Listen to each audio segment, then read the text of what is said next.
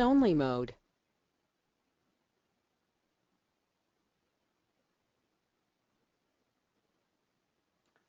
Welcome everyone. Thank you for joining.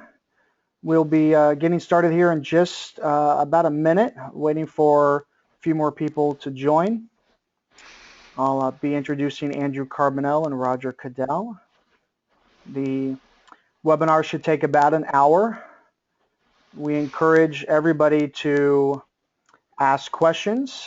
Andrew will be able to respond there by typing, and Roger will be able to respond audibly. If everybody would just try to find the questions box through the GoToWebinar platform and say hello. Just want to make sure that everybody can type a question, and then we can see them, and then we can respond as well.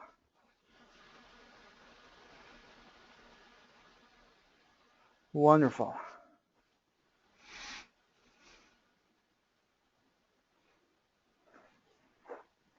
Okay, I'm going to shut my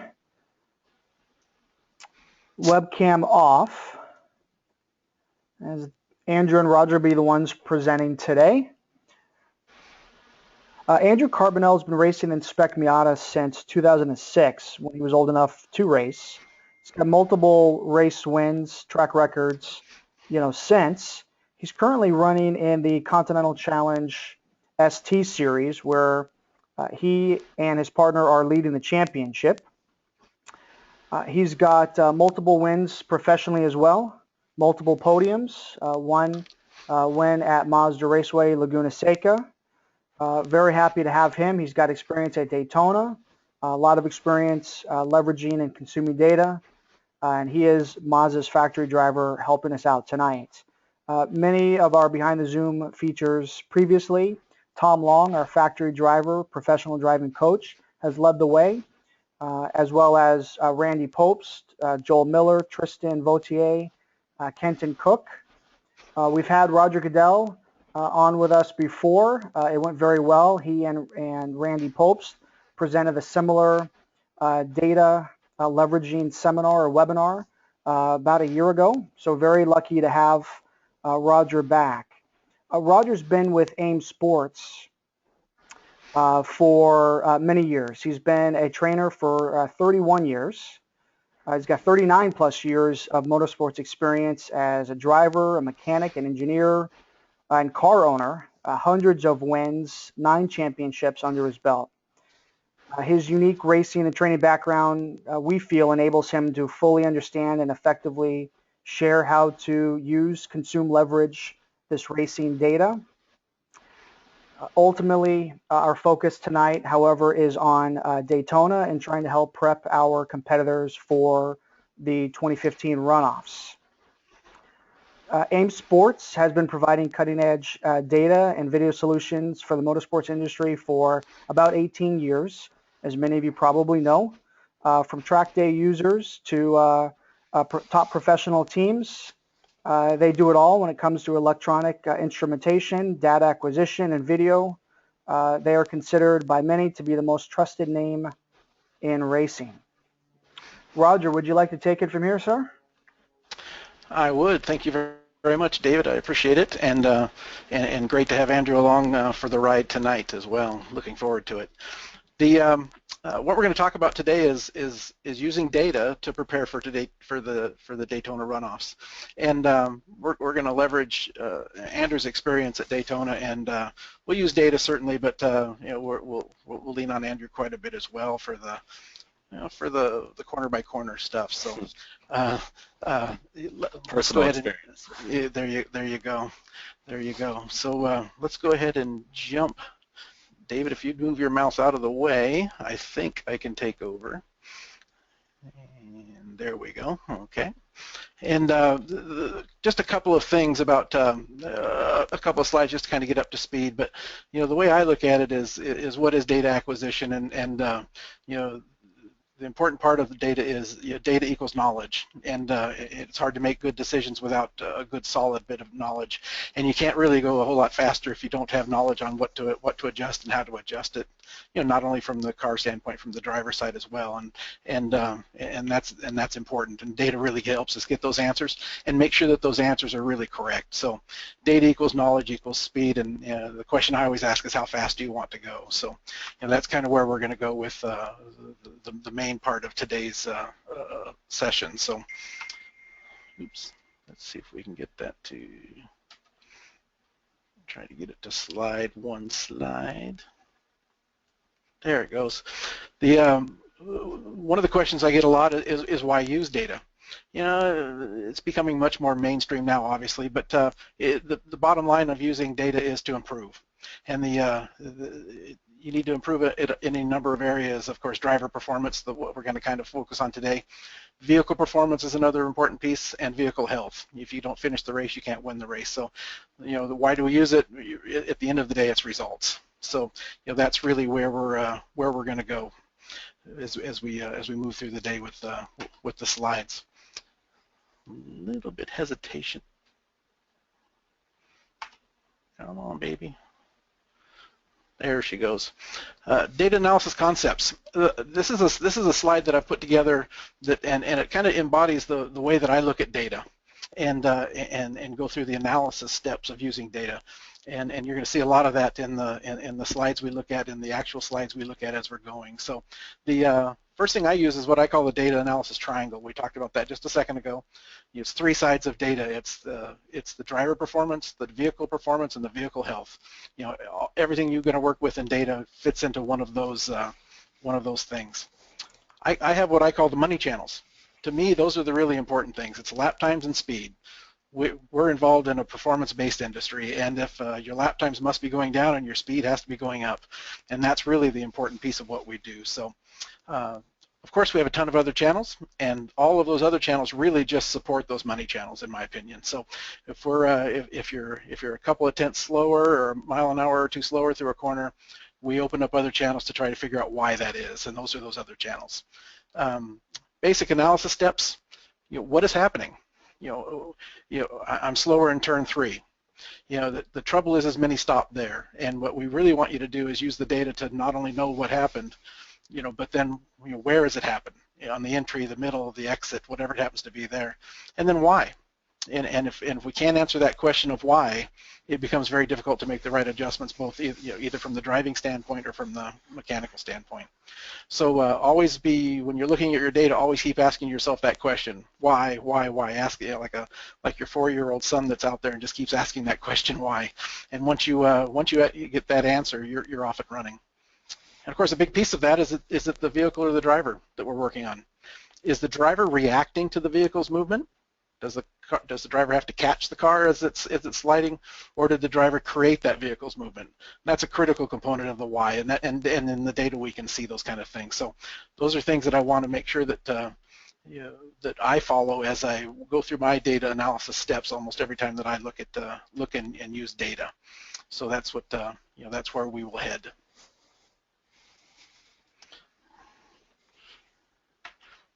It's a little bit sluggish sometimes. There, it feels like it's going to go. There it goes. Okay, and so what we're going to talk about today is looking at some data from Daytona.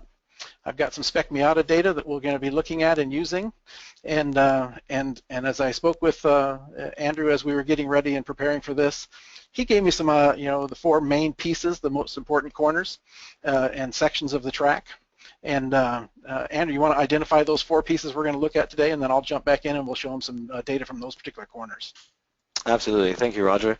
And welcome everybody to this webinar. We have a few good points for everybody to learn. I speak from my Spec Miata experience as well as the Continental Tire Challenge SD car experience and other cars that I've coached in, but we'll talk a little more of kind of a lower horsepower approach. And I'd say the 4 points we'll talk about are going to be turn 1, maximizing your entry speed. It's a big brake zone, probably the biggest brake zone here that you'll encounter at Daytona, coming from, in a Spec Miata, about 40 seconds of acceleration all the way to, down to a 3rd gear corner where it will funnel everybody down. If you're drafting in packs, you know, everybody's got to play nice to make it through turn one and make it safely through this break zone. Then we'll go on to talk about both of the horseshoes. I mean, pretty much the only two corners in the infield. Well, there may be three, but you have the two horseshoes in the infield, followed by turn 6, which leads you back onto the straightaway. And in the horseshoes, we'll talk about, you know, what you want to do to maximize your speed and make sure you can stay with the pack, make sure you can stay with the partners who you're drafting with, and really maximize that. The next topic will be turn 6. Turn 6 is what's going to lead us back onto the straightaway and all the way to the bus stop, our second longest acceleration zone. And it's crucial to really get a good run off of 6, keep you in position for the bus stop. And last but not least, we'll talk about the bus stop, which is equally important. And biggest thing there is we want to make sure our min speed, that we can maximize our min speed, because whatever you roll speed-wise through the bus stop is what's going to multiply all the way on the way to turn 1. Okay, thank you very much, Andrew. And he mentioned turn 1 as one of the critical corners. Let's start off with some data from that one. So I'm going to jump up ahead in one more screen. There we go. And just to put some data up there, I opened with this screen here. And by the way, I'd like to thank Todd Lamb from ATL Speedworks. I was looking for some very current Spec Miata data from Daytona, and he sent me some data from one of the cars out of his shop. So that's what we're looking at. We're looking at Spec Miata data from Daytona, and that's what we're going to study here for the next 45 minutes or so. So for this particular slide right here, I've drawn a box around turn 1 as we're going in. On the right-hand side of your screen, we've got your normal measures graph or a strip chart, and in this case, I'm showing just the speed trace. And the bright red highlighted area in that area is the braking zone for turn 1. Okay, it's where the speed is dropping down, and that's the right-hand side with four GPS speeds on top of each other from 4 different laps. And on the left side of the screen in black is a GPS driven line map of these same 4 laps. Of course, we're zoomed out a ways, so we can't see those. We'll zoom in a little bit later. But I've also colorized the map where blue is not on the brakes, and the red segments are where the driver was on the brakes, just so you have an idea of what we're looking at. So the turn 1, like Andrew mentioned, it's the reason this one is critical, and from a data standpoint that I look at, is that turn 1 braking zone and driving down into the corner. It's the longest by time and distance that you're in a braking zone on the track. And it's followed by a relatively short acceleration zone. So that's what we're going to concentrate on the data, and then Andrew will give us a little bit more tips on how to drive through that corner and use what we're talking about. But you can see the length of that braking zone on the deceleration side of the speed, and you can see where we're at on the track. So let's jump ahead one more slide and take a look at a single driven line around Daytona. It's in blue.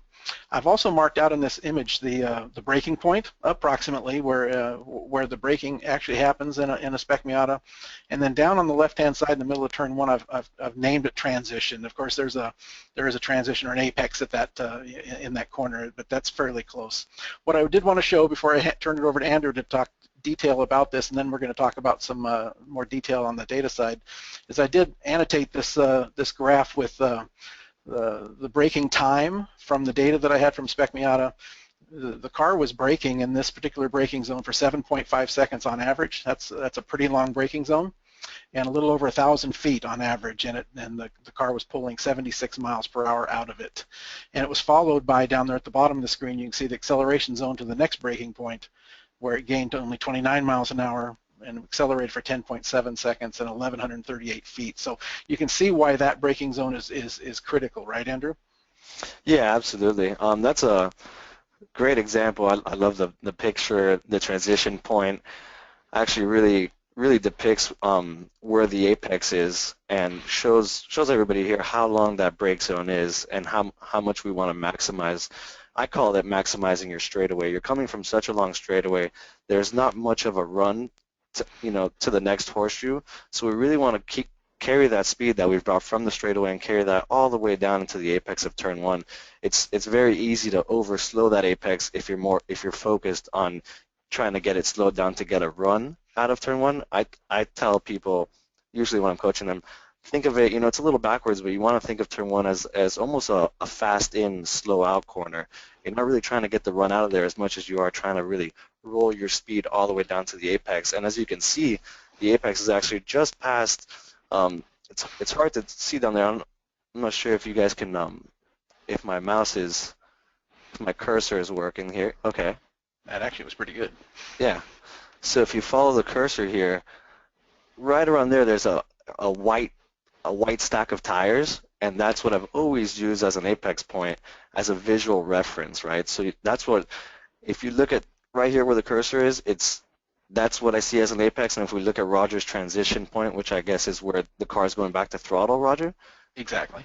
It's just past that. So that shows you that the driver, how much speed he's carrying in, almost so much that he wasn't able to get the throttle at what I would call apex, but he's getting to power right after it. So he's carrying so much speed in that he's almost not back to the gas until he's through the apex and sees the exit of the corner. So that kind of proves my theory that of what I usually try to tell people, really carry the big speed in there. It's such a large brake zone that if you're too focused on getting it slowed down to get a run out of there, you're actually going to overslow the brake zone itself, and especially the apex of one, where somebody else who's coming down the straightaway behind you and is running a faster line in, the amount of time that they can gain just in the brake zone is actually pretty substantial. Yeah, because you're coming from such a high mile per hour, above 130 miles an hour, even in a Spec Miata coming into that corner. So there's a lot of time that you're in the brake, and you make up a lot of speed. You talked about some banking in the track there that you might be able to help with. Absolutely. So if I come back here with my cursor, this is showing the brake zone back here. May have been, when cars are drafting, and I'm sure if this is Spec Miata data, there was Absolutely. some drafting involved. It was all drafting data. Yeah. So you have to realize that when you're running in a pack, the brake points might be a little sooner, it might be a little longer of a brake zone, but you can tell even though they brake here, I'm sure they weren't braking very hard. They're just trying to stay in a pack. Reality is when you're running alone, if you can follow my cursor, the brake zone is right before this transition here. If we see that yellow line, right as you approach that yellow line is the brake zone for a Spec Miata. Or actually, a lot of cars, DST car brakes very, very close to that same spot. And biggest thing is, as you come into this corner and you're braking, and you're trying to draw your line, you're trying to keep your eyes up and look where we're trying to go, you don't want to run all the way to the outside of this corner on entry.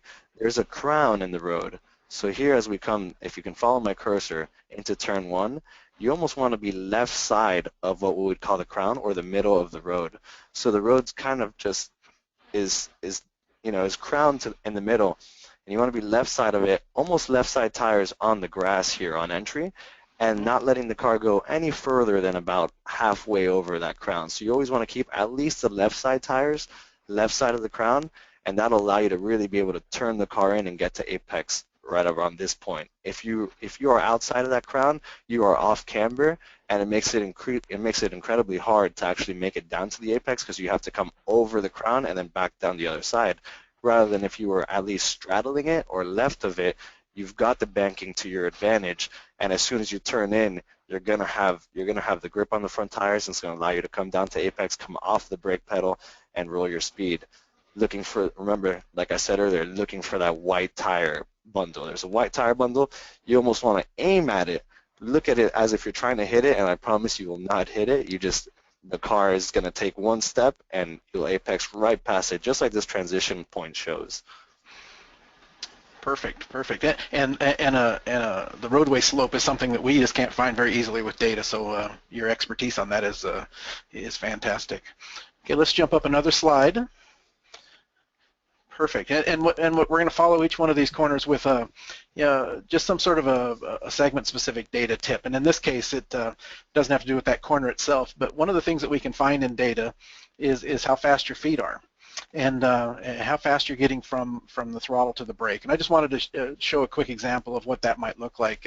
And so when you're looking at your own data, one of the things that I try to work with when I've worked with my son as he was coming up through and doing what he did was to that transition of coasting. If you're off the throttle and it takes you quite a while to get over to the brake, there's some wasted time there. So one of the things you can look at in your data is we're looking at it here on the right side. I've got the speed trace on the top, the throttle position in the middle, and I've got the brake pressure on the bottom third of the screen, and where the red box is around is I'm showing the throttle position for 2 different laps, a red and a blue, and then the brake pressure for red and a blue. And you can see that on the red one, the transition from full throttle down to and then brake pressure coming up was about 3/10 or almost 4/10 of a second, fairly quick for somebody that doesn't left foot brake. So that's not too bad. But on the blue lap, and it was in a draft, and that's why it shows so much. But the 1.48 seconds that the driver was off the throttle and never got to the brake pedal for a second and a half. So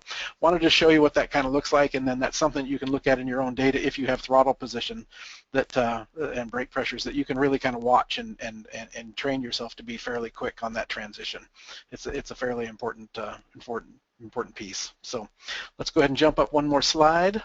Yeah, just to add a little bit. No, it's okay. Just to add a little bit to that point you were just talking, that it's seen very often in racing, and what I like to tell people is, you want to think about it as if you're on the clock and you're looking for time. If you find yourself coasting as you're coming to a brake zone and you come off the gas and you're waiting to go to the brake, those were 3/10, half a second that you could have still been accelerating, still been making time on the clock. Now you're just giving it up. It's just free time that you're coasting when really you don't want to be. Whenever you're in the car, we're trying to be either full throttle, either committed to the throttle or committed to the brake. Usually, especially on entries, in the middle of the corner, there is some coasting. We'll talk about that later. But you always want to make sure if you're trying to maximize your time and get the most out of the car, you never want to be slow, slow with the feet from gas to brake, unless it's in the middle of the corner and you're managing the weight. But when we're just approaching brake zones, you want to go straight from throttle to brake. No time wasted in between there, because you're just giving up time. Absolutely. If you're not accelerating or on the brakes and the other guy's still on the throttle, it's just exaggerated on top of it. So. Perfect. Okay, the next 2 corners we're going to talk about are the horseshoes, which are turn 3 and 5.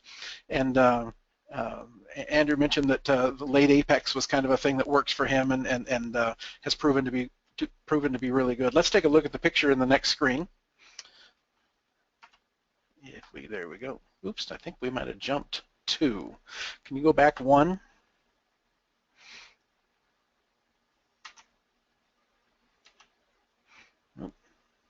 Maybe I didn't. Maybe I missed on that. There it is. Okay.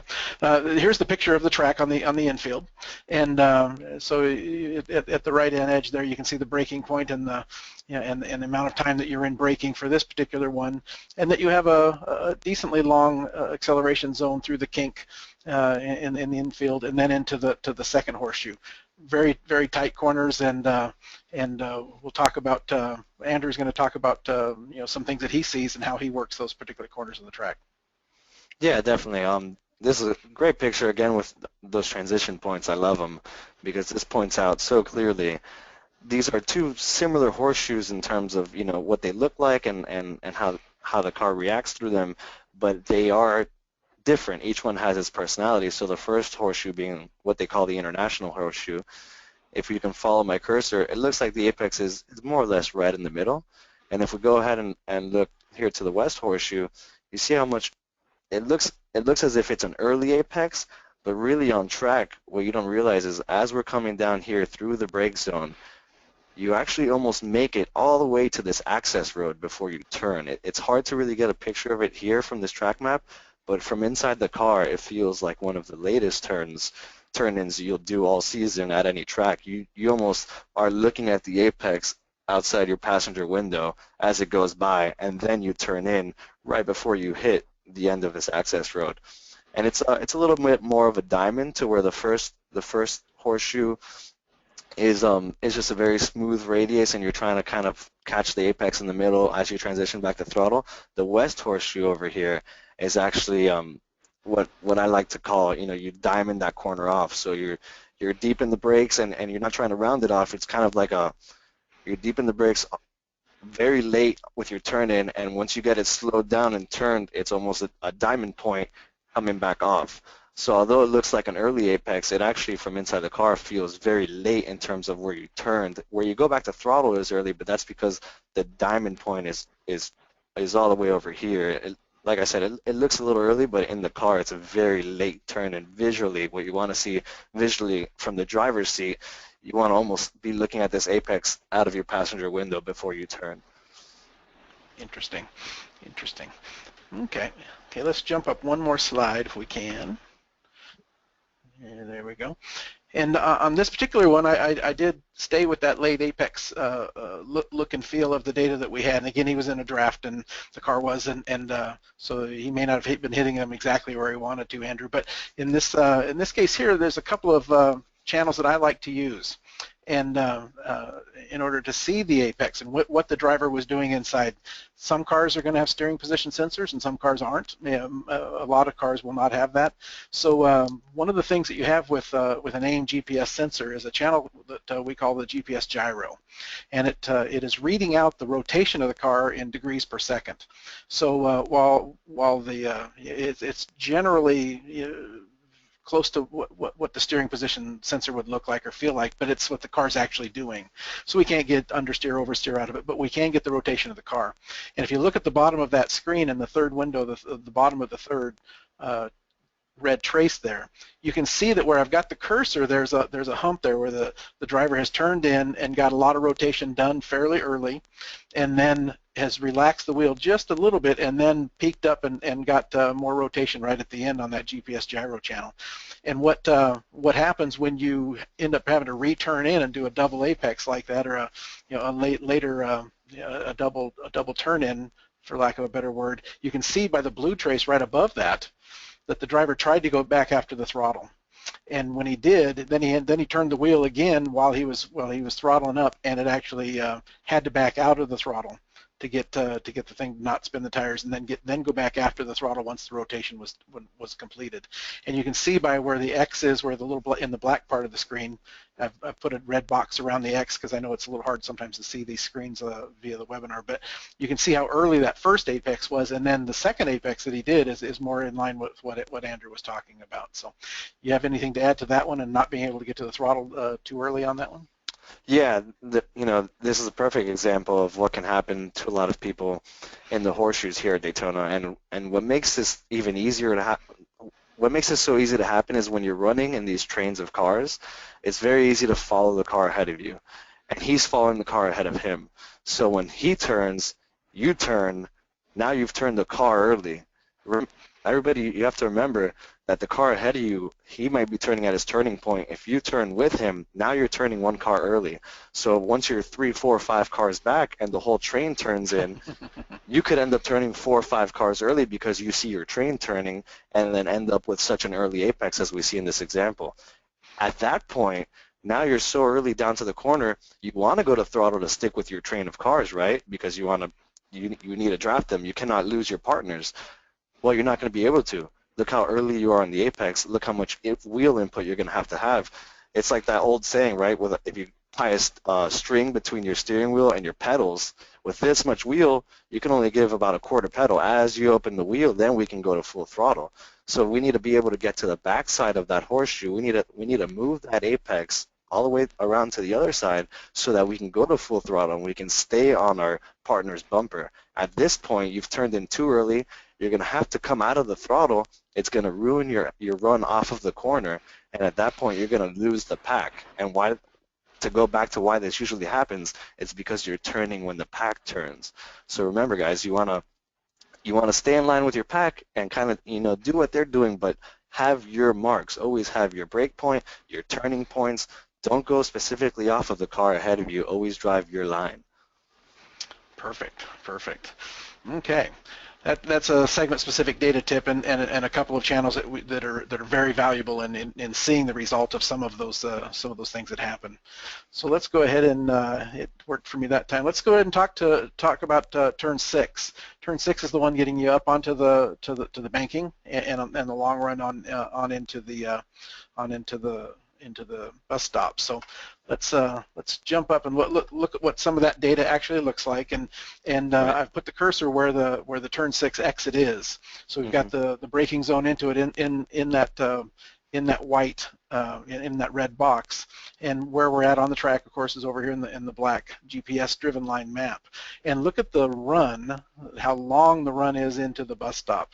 You are on the throttle for a long time, which makes the turn 6 exit very important. You want to go ahead and jump up to the imagery, or you have something to comment on that particular screen there, Andrew? We can go to the imagery, but that is a great example to show relative how long that run is to the other runs on track. It's it's your second longest run. It's the only longer one is from the bus stop to turn 1. Other than that, this is, I'd say, one of the most, if not the most crucial, the second most crucial corner around Daytona. Yeah, sorry, Roger, go ahead. Yeah, absolutely. The annotations there, I'm not sure if everybody can read it very well, but we're in a braking zone for about 3 seconds going into turn 6, and we accelerate for 34.8 in a Spec Miata. So the trade-off of that short braking zone for that long acceleration zone, I suppose this is one of those extremely critical corners where we make sure we don't overrun our braking, right? Right. So unlike turn 1, where we spoke about kind of going against the grain and being fast in, slow out. You never want to be slow out, but you're not so worried of your exit as you are in your entrance through turn 1. Here in turn 6, we're extremely worried about how we enter and approach turn 6 to make sure we can maximize our exit. Your exit of turn 6 is going to dictate your run to the bus stop, and then from there may either put you in position to make a pass for the bus stop, or at least keep you with your pack, and then therefore from the bus stop all the way to turn 1. And like Roger is showing, look how short that brake zone is. So you really have to get it gathered and have the car pointed, really have your line clean, figured out, have your points, your turn-in point, kind of like going back to what we saw in the horseshoe.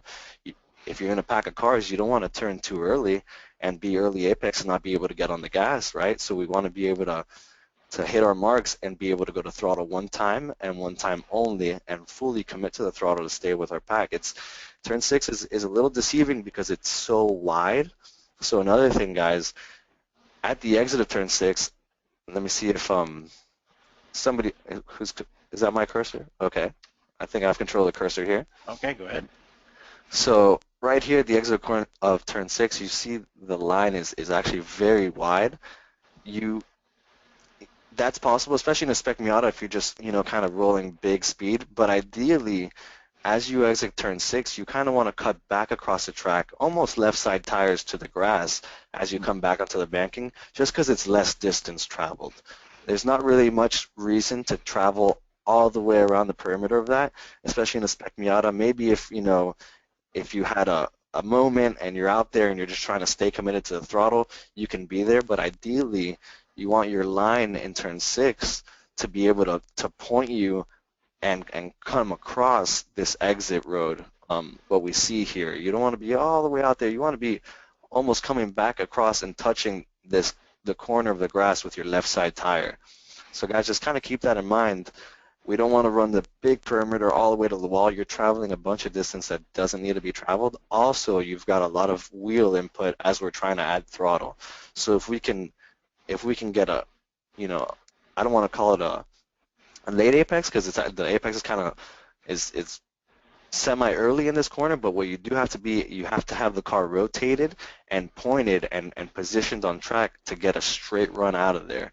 It's if I had like an on-track view, it would be, I could show you a little easier, but I always tell people left side tires on the yellow curbing. There's some yellow curbing there, and the further you can get left, the more grip you have exponentially. It's pretty impressive how much grip you gain and how much faster you can roll your speed through the apex of 6 the further you are to the left. You want to be left side tires on the yellow curbing and really have the car already rotated at that point, and you've got a short brake zone to do it. So you're pretty hard on the brakes, and it's also a pretty fast transition off of the brakes, which really allows rotation to get the car pointed to get our run out of turn 6. You don't really, guys, don't try to run a big arc out of 6. Try to get it turned and pointed at at entrance, so that by apex you can be full throttle and almost with straight hands coming across track all the way back onto the banking.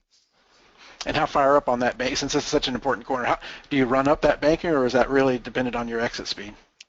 Well, so you can run out, you kind of, depending on your exit speed, you'll have to come off, you'll have to go out to the, not to the exit curbing, but I'd call it just past mid-track, and then start working your way back. Don't keep that arc and go all the way up to the wall. Kind of go up there.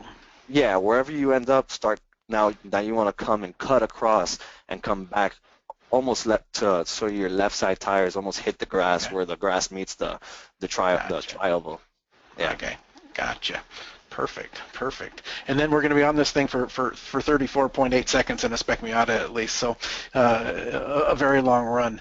The reason I jumped ahead of this slide fairly quickly is it actually does show the driver did two different times, did two different things, Right. as far as and now this blue one on this one is he did keep it a little bit lower on the corner versus the red one. So I did want to just I did want to show that a little bit, and the interesting thing of the draft and the exit speed, which is the critical thing here, is the on these two laps that we're showing here on the red one, the difference in corner speeds on this apex is the 5.4 miles per hour on these two laps, and the red one was 56.6 miles per hour and 51.2 on the blue one, and he held it down, which sounds like it's the preferred line, but because of that difference in speed, it was almost a full second by the time that run of that 4 miles an hour, that 5.4 miles per hour, I'm sorry, run down towards the all the way down to the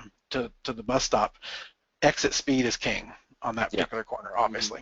Definitely. Right?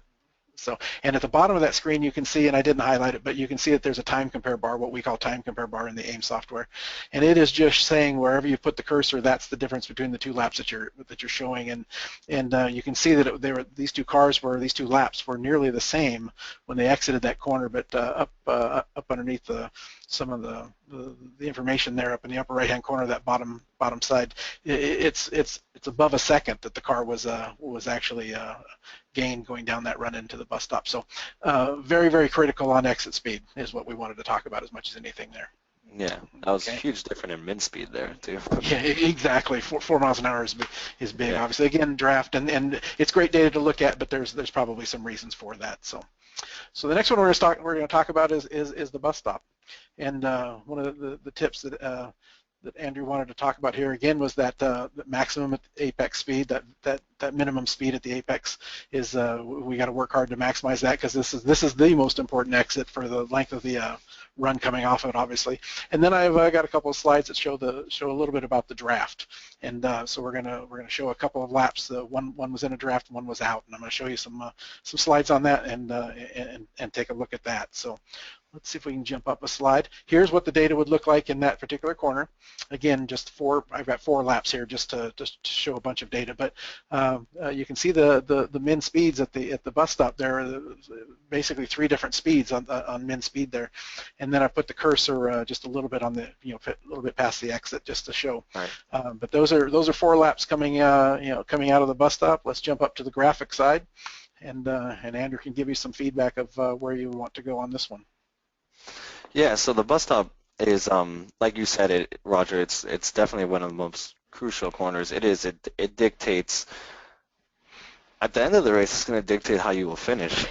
So, it's Daytona, and I can almost guarantee you guys it's going to come down to the last lap. There's going to be 5 people, 10 people, not 10, but let's call it 5 to 6 people who can win this race leaving the bus stop. So you really want to, while you're at Daytona all week practicing for the runoffs, if there's one place you really want to nail down and get down to a science, it is the bus stop, because that's going to dictate, that's your last chance. That's your last chance to stay on that guy's bumper and have a shot at the start-finish line, or possibly pull away or whatnot. But this is going to dictate the race in many cases. So it's just, it's called the bus stop. It's called one corner.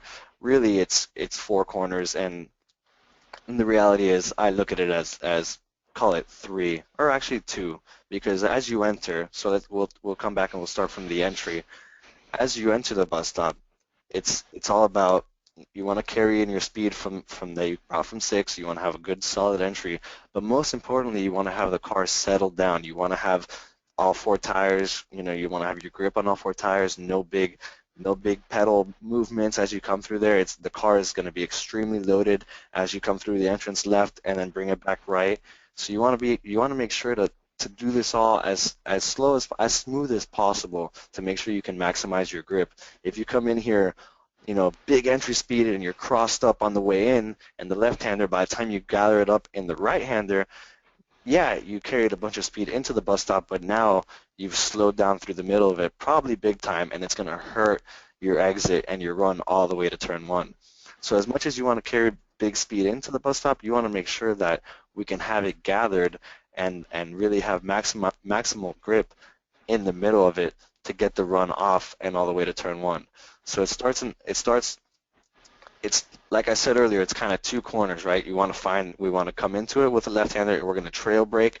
There's a lot of apex curbing both on the left, on the first left, and as you go right, and also in the last 2 parts, in the last right and the last left. There's a lot of curbing to be used. It is not very aggressive. It's just, there's yellow concrete as apex curbing, and there's also these white strips, and they're maybe about 2 inches tall or 1 inch tall, so you can definitely run over it and you can definitely use it, and that will provide you with more track, more radius. It kind of makes it easier. If you're not using it, you are leaving something on the table. So I personally, the first curbing on your left-hand side as you approach the bus stop, I use all of that. I am almost the entire car on the left side curbing. My right side tires are maybe touching, what's left of the track, but my left side tires are almost all the way to the grass. The yellow curbing is underneath me, and then right side tires are on the pavement. That way, as I come down into the bus stop through the left-hand side, I'm as far left positioned as I can be to then go back right. So that way I'm giving myself the opportunity to really kind of open up my side picture and give me a better view into the bus stop as I get there. If you're too wide on the first entry in the left-hander, now your next turn, the right-hander, the second part of the bus stop, you're going to have to add a big input. You're going to have to slow it down. You want to open up that radius as much as you can. Give yourself the biggest side picture possible. Give yourself that advantage. So let's be left in the first part using all the curbing. That way when we land on the other side of it, now we're positioned a car length over to the left, and we've got all this road to use as we come back right. And at that point, if we want to talk about pedals, you're just you're trail braking on the way in, kind of light on the brakes. Remember, we don't want any big motions. We don't want to be moving our weight around. We want to keep our weight.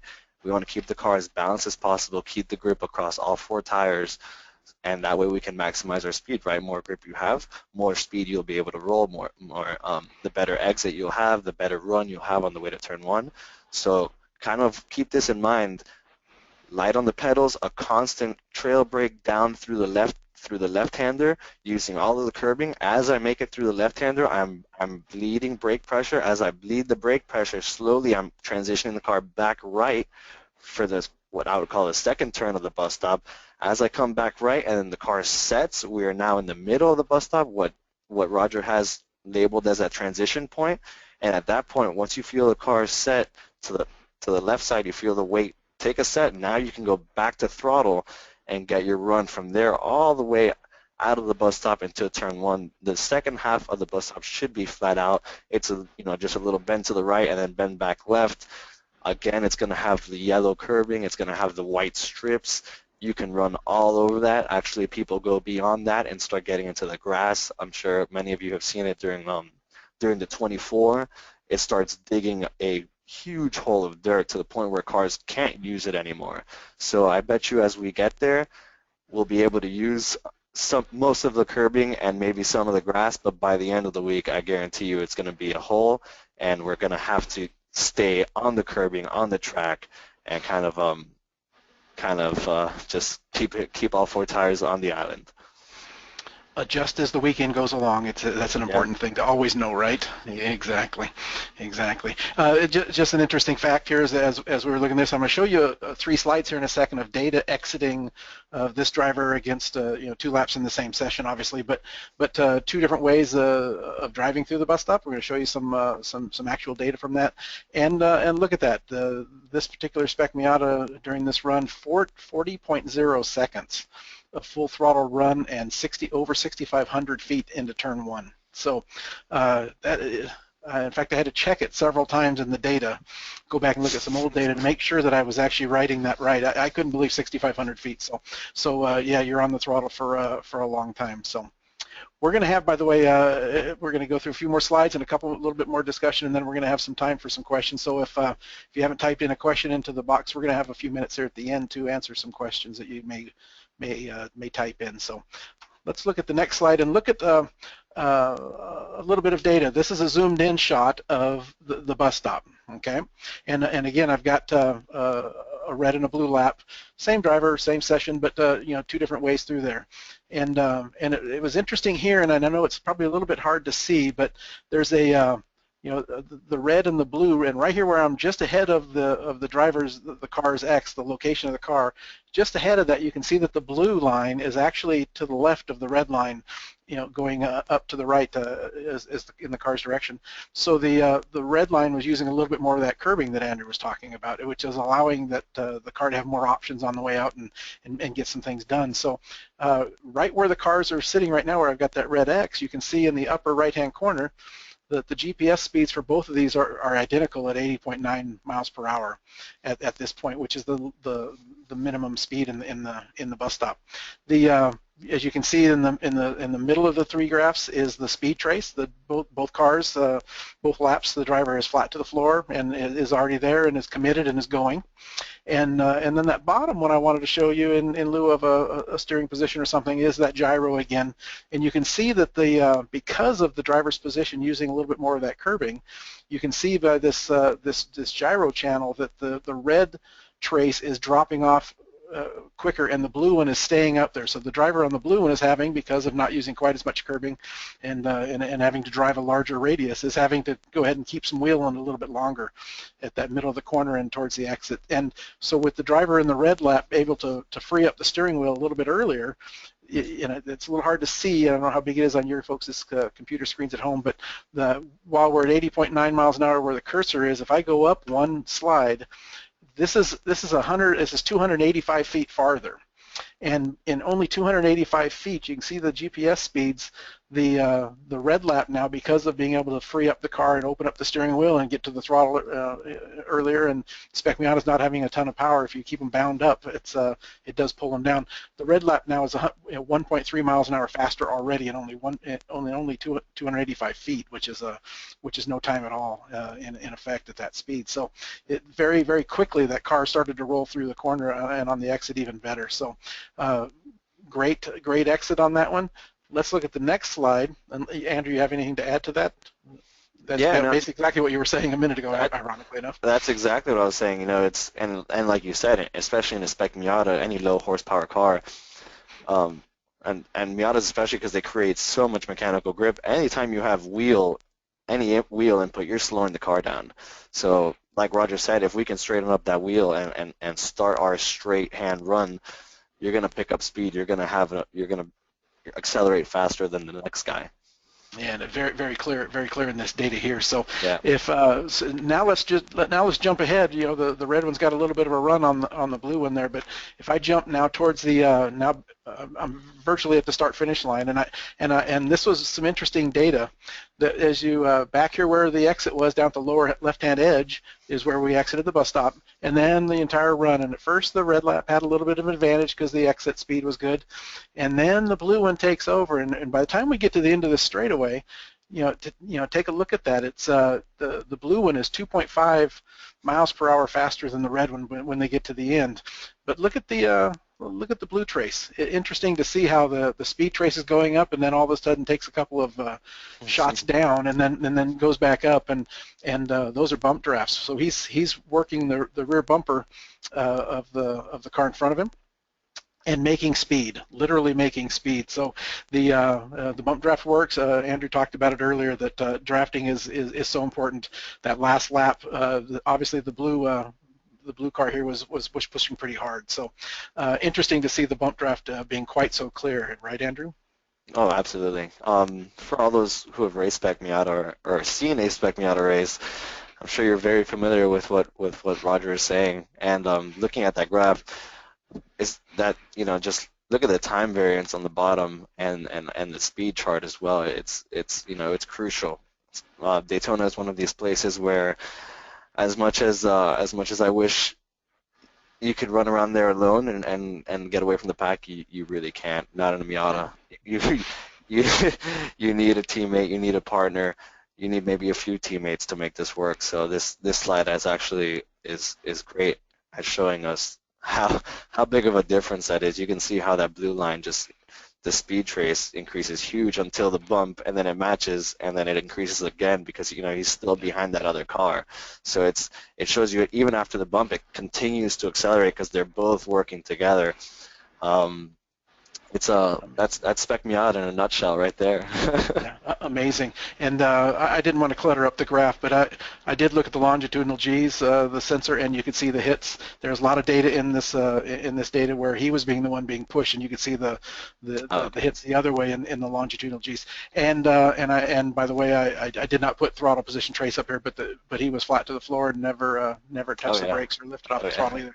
The down at the bottom, something you don't see very often in a difference down a straightaway other than aero, and you can see that at the bottom left-hand edge of the time compare bar at the bottom of the white part of the screen, you can see that the red one is faster. In the AiM software, if the line is trending down, you're faster. And look at the way that this just goes through this parabolic curve and then starts back up as the arrow is taking effect of the two cars being together. And from about the last 2/3 of this run up this straightaway, the red lap is just making time on the blue lap like crazy. Or the blue one is the red one's losing time. It's the red one's trending up, which is slower. So yeah, just a very, very interesting look at how the draft works. So if you're going to race at Daytona and you're getting ready to go, be ready for it. It'll be like no other race that we've seen too often in Road America, obviously in the past as well, as long straightaways. So let's jump up one more. There's a couple of slides that I wanted to share as we transition out of maybe some direct discussion about the corners. Of course, Andrew's going to add some based on what we're seeing here on these math channels. I want to show you some math channels that you can use in your data, and it adds value to the data that you already have. And one of them Andrew mentioned a little bit ago, which was a coasting channel. I call it a loaded coasting. I have two different math channels that I work with. One of them is a coasting where I consider your coasting if you're not on the throttle, you're not on the brake, and you're not in a corner. Okay, so none of those three things are happening. If none of those three things are happening, that's a real problem. From a data standpoint, from a driving standpoint, you need to be turning on the throttle or on the brakes. And so I've got one channel that does that. But then I have another one I've created that I call loaded coasting, which means you can be off the brake and off the throttle as long as you've got a lot of lateral acceleration. In other words, in the middle of the corner, letting the car set. With Andrew talked about it a little bit earlier. Let's take a look at what one of those might look like. So here's what I've done here is on the right-hand side are some channels. We'll talk about those in just a second. On the left side is turn 3. It's the first of the two horseshoes on the infield. And Andrew was mentioning to me that that's an area that you do want to have the car and let it be settled and be turning in and using all your forces of the car to be doing laterally and allow you to get to the throttle and make sure you get back to the throttle at the right time in the right spot. This is so I created a channel, and you can see it in the red box in the white half of the screen here, and you can see that on the second one down, there's a lot of channels here. It makes it a little bit harder to see, but you can see that there is no throttle here for a pretty good chunk. You can see he's already dropped off the brake pressure, so there is a point of time there that looks like it's 100 feet or 150 feet or so that he's not on the throttle, he's not on the brakes, but he is in the corner. He is turning the car, and I'll call that a loaded coasting channel. We're only looking at one lap here, but you can take a look at multiple laps of when you're doing this style of driving that seems to work pretty well, and especially in that corner, and you can compare. Okay, I dumped the brakes and got back off the throttle really quickly. Did that help me or did it not? With the loaded channel, loaded coasting channel, we can see that. One of the things that we do though is not only do we have this channel here at the bottom called loaded coasting on, it's either a 0 or a 1. If you're doing it, it's a 1. If you're not, it's a 0. Then I can also take the math and tell you how long you coasted in time. And in this case, at where I've got the cursor, it's 2.43 seconds since the beginning of the lap, or in feet. And we can do that for each little segment, or cumulatively on the lap, or even on the entire session. So math channels are very, very cool. If anybody wants these, drop me a note. You're going to see my contact information in a minute. I have a lot of these things written up already and ready to be imported right in directly into your AiM software. I've got some that use pedal sensors, brake pressure, throttle, and I've got some that we base it off of longitudinal and lateral Gs, GPS-based channels as well. So they're not quite as accurate, but they really still do use some pretty good. So we're anything to add to that real briefly, Andrew, before we move on? Yeah, and that's a great image, and I really very impressive match channel. It's something that I talk about many times, especially in a car like a Spec Miata that creates so much mechanical grip.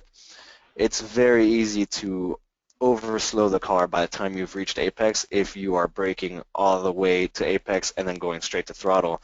Those cars have so much grip and actually roll so well that there's time to be had, time to be gained when you can get the car pointed right. You set your weight, and we can start our turn in with some brakes still applied. But at that point, once we've got our trajectory and we're aimed at the apex, we're pointed where we want to go. If you can come off that brake and let the car just naturally roll down and do the last part of its deceleration with its own mechanical grip, there's time to be gained. We're talking about Spec Miatas. We're talking about sports cars. Obviously in formula cars or heavy downforce cars, it's a different story. They're a lot stiffer. Things happen faster.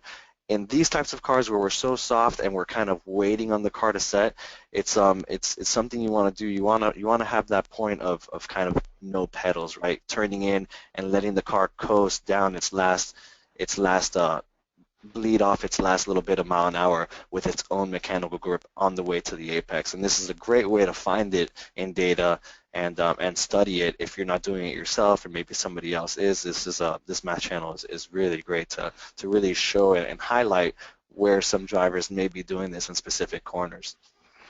Exactly, and it's a great point. This is not just a Spec Miata show we're talking about here. This is Daytona, and there are different cars that'll be running.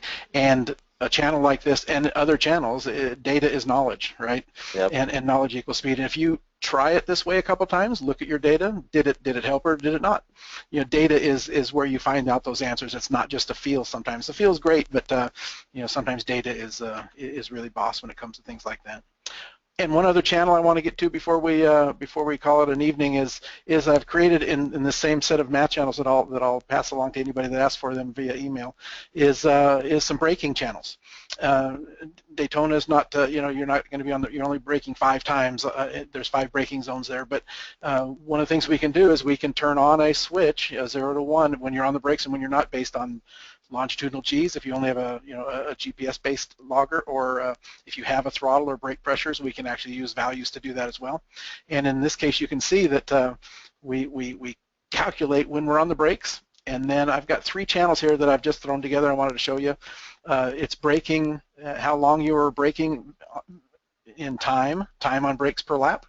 I also can calculate the distance you're on your brakes, and then percent of time per lap. So even if you wanted to look at it as a percentage of the lap, we do that math as well, and those are all be done, and then you can colorize the map like I have here on the left-hand side in the GPS-driven line map, where the red segments are the braking zones. So it's even easier to see it very clearly.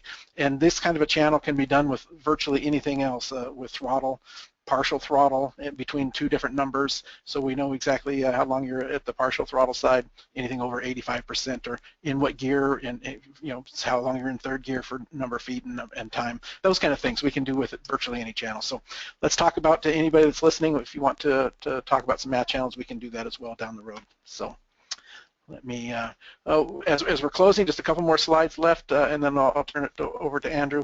There is some learning e-training video sessions that are out there for anybody that wants to learn a little bit more about the software. Some of these things we've been talking about are in there. I call them LearnFast e-training videos. There's a YouTube site out there, user /AiM data. There's a bunch of them out there. There's the webinars. This webinar will be there in time. Last year's with Randy is out there as well, so you can review that one as well, all on the YouTube site. So a bunch of information out there if anybody wants a little bit more information about the data side. And some contact information and social media information. So there's a way that you can go out and get a hold of us, and if you want to chat about a little bit more. I'm on the road tomorrow morning early to VIR up in Virginia for the next 5 days, so email is going to be best for me. I'll be traveling quite a bit, but if anybody wants some of those things or has any other questions, I'd be willing to help you out. Andrew, you have anything else to add to that? Yeah, I just want to thank everybody who joined the chat and the webinar, and for joining and watching and taking the time to see this, and also to wish all of you luck for those going to the runoffs, and really I'd be happy to answer any questions there. You see my email, kandrew@gmail.com, and I'll be available at the runoffs. I will be there participating in the SM race, so that should be a bunch of fun. And if anybody's got any questions, and if there's any way I could help any of you guys, that's what I'm here for. No problem. I'd love to do it. One question just came in, Andrew, and we're right at our time limit. But let's answer one question. It is a great question. If you're leading a car in a draft and you hit the rev limiter just past the start-finish line, you're hauling, right? Because you're in a draft. Is it better to push in the clutch when those things happen, or is it and coast, or stay in it and hope for the best? What's your opinion? Do you own the car, or does somebody else own it? At that point, once you've hit the rev limiter, you're geared out. You're out of gear. If there's somebody behind you pushing you, and he's got more gear, and I can't say I've ever done this from experience, but just looking at this question, thinking about it, if you can clutch in and he can continue to accelerate you, so be it. That's a little tricky. I don't know that I'd really want to recommend that, but usually, once you're out of gear, you're out of gear. I've always stayed in it. If we're coming to a corner, you can just stay in it, or just crack the throttle just enough so you're right before the limiter. But realistically, if you want to take the chance and try something new, yeah, clutch in and have the guy behind you push you those last few mile an hour. If not, just kind of come off the gas and keep it right at your limiter, because that's what you got. That's what you're geared for. Might as well keep it there. If you just clutch in, you're gonna decelerate and you're gonna lose speed on the way to your brake zone. So at least maintain the speed you have. Obviously, you can't gain any more, but maybe you don't want to lose any either. So I would say keep it right there. That's what I've always done. Is just keep it right at the limiter. Don't bounce it off it, but just maintain what you can. I'll answer that just a touch more too, as well, from a car owner standpoint. In the past, I won't go there, but I would think from the data has always showed me that staying in it actually was it does decelerate when you're at the top of your RPM range. That it does decelerate so abruptly that it's you pop it neutral obviously, but at 130 some odd miles an hour aero is going to slow it down. And it really would come down to me is your rev limit a false high. I mean, in a spec Miata, you got 7,000. You can actually take that car a little bit more and it's not going to hurt it. But if you're in a car that has a rev limiter that's near the danger point, you probably wouldn't want to continue on with that. So that would be my side. Do you use another question for you, AC? Do you left foot brake or right foot brake when you're driving a sedan like this?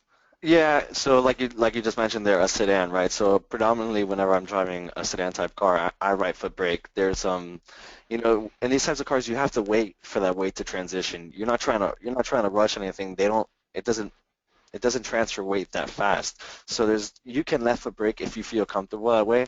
I predominantly right foot brake. There are instances where I'll go for a left foot. It's maybe in a little bit of if there's a kink, or really most of the time I'm just trying to bring the pedal pressure back up, just trying to pump the brakes. But for the most part, I right foot brake only because we're waiting on these cars to set. We're waiting on the weight to transfer. So if you try to do it faster than it's going to transfer, you'll end up with tire lockup or something of that sort. So yeah. I predominantly right foot brake. and the data has showed me time and time again that if you do jump on the brake too abruptly, I don't mind the left foot braking side. It's Right. all how you do it. But Yeah. if you jump on it too much, it really upsets the platform on cars, like especially in the sedan side. It'll actually throw too much weight too quickly up on the front, and you'll lose some stuff that way as well. One other nice question here. Where do you want to be on the entry to the bus stop? Mid-track, bottom, top? Where's a good spot to be in Yeah. entry? I'm up against the wall on the right hand side, maybe a few feet away from it. If you're trying to run a defensive line, you can be mid-track. Just realize, like, if you're mid-track, that first left-hand corner is going to be, you're going to have to turn harder from the middle of the track than you will from the outside. You are narrowing your radius. You're giving yourself less of a turn to work with if you're going to be mid-track. If you're defending and you don't want the guy behind you passing, yeah, be mid-track. That works. But really, remember, we spoke about trying to make that whole section as wide as possible. Give yourself as much room to work with and make it as smooth as possible. And for that matter, I want to be right side of the track on entry, coming all the way across, completely eating the curb on the left side to then position me as far left as possible for the next right-hand corner. It's ironic that the larger the radius that we can make these things run, it is a huge difference in the speed that you can carry. It's amazing, but you're at Daytona where you're never going to be alone, and running that perfect line is probably not going to not work too well. So. Another question just came in: does the left side entry make the right turn easier? No, because you have to rotate, right? Right. So, yeah, if we enter for the first left-hander on the left side of the track, it's going to be a very tight turn, and you're going to have to immediately come back right for the next one. So you're almost going to be behind the car. We want to be right side again, right? Be as smooth as we can on the way in. Give ourselves the radius. And yeah, great. I just had a question come in, and we're getting up against the time clock here, but this is such a great question. And this is put on your Karnak hat, right? Right. And look into the future, right? But what position leaving the bus stop on the last lap will likely win the Spec Miata race? You see, that's funny because I've been, I've done plenty of races there, and there's been times where I was second place and won the race, or I've been as far back as fifth place. I've seen two trains, one train with two cars and one train with three cars, almost swap two times from the bus stop on the way to turn one. So it's a roll of the dice. It is really quite incredible to watch the speed differences and just how different cars work together. I can't say you want to be in this specific position to win the race on the way to the bus stop. I mean, on the way to turn one. You definitely don't want to be the lead car, that's for sure. Everybody's going to do their part to fall back. But in terms of being second, third, fourth, fifth, I think all those guys have a chance. Even the leader, if they pop too soon and he comes back, he can even get the draft and come back to the lead. I was just going to ask. That was going to be my last question before we moved on. Can you do that too early and end up getting to the lead and then losing the lead before you get to the finish line? That would be horrible, wouldn't it? Yeah, there's 40 seconds of acceleration. We're doing, we're on the throttle for a while, so that lead can definitely swap ends a few times before the start finish. Perfect. I appreciate it, Andrew. I appreciate all your feedback, and I'm gonna turn this back over to David now and tidy up and close things up. I had a great time. Anybody has questions, that you have our contact information, and David, what do you have to close this up with? Roger, Andrew, thank you guys very much for walking everybody through the course. Really very interesting stuff. So thank you for your time. I know it's late. Andrew, you're in Miami. Roger, I think you're in Washington State. Thank you, everybody, for joining. There are just a couple other offers we want to put out there for you guys. Chris Long is our spotter for the Mazda Speed Source prototype team, considered one of the best, if not the best in the business.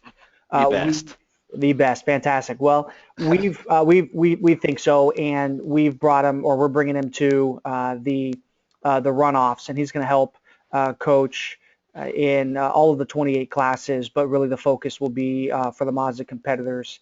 We're going to help subsidize to drop his rate down, and then we're providing it complimentary to our Mazda, the Spirit of Mazda award winners.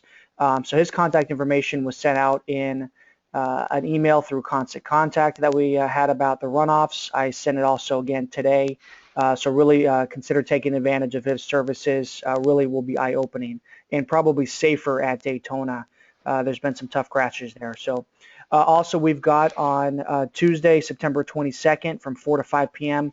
Tom Long going turn by turn through Daytona, answering questions along the way.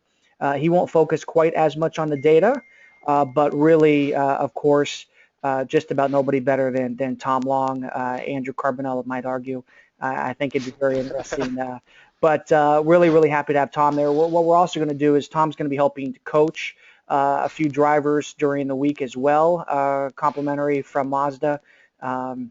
He's going to try to handle up to probably 5 racers. So during the 4 to 5 o'clock behind the Zoom segment at the track, which will be held at the Mazda hospitality tent in the red lot, we're going to raffle away the 5 spots for Tom. And then the following night from 6 to 10 is the banquet, the awards banquet. Drinks, wine and beer will be open starting at the 6 o'clock. People will start to be sat at 6:45, and you'll be able to start eating immediately. But food, the actual entrees, won't hit the table till 7:15, and the agenda will ultimately get a lot more exciting from there.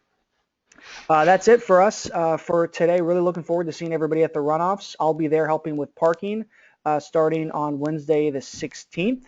If you have any questions about the runoffs, please don't hesitate to reach out to me. My name is David Cook. I'm the Business Development Manager for Mazda Motorsports. You've got my contact information. Thank you guys for joining and looking forward to seeing you here in a few weeks. Take care. Thank you, everybody. Take care.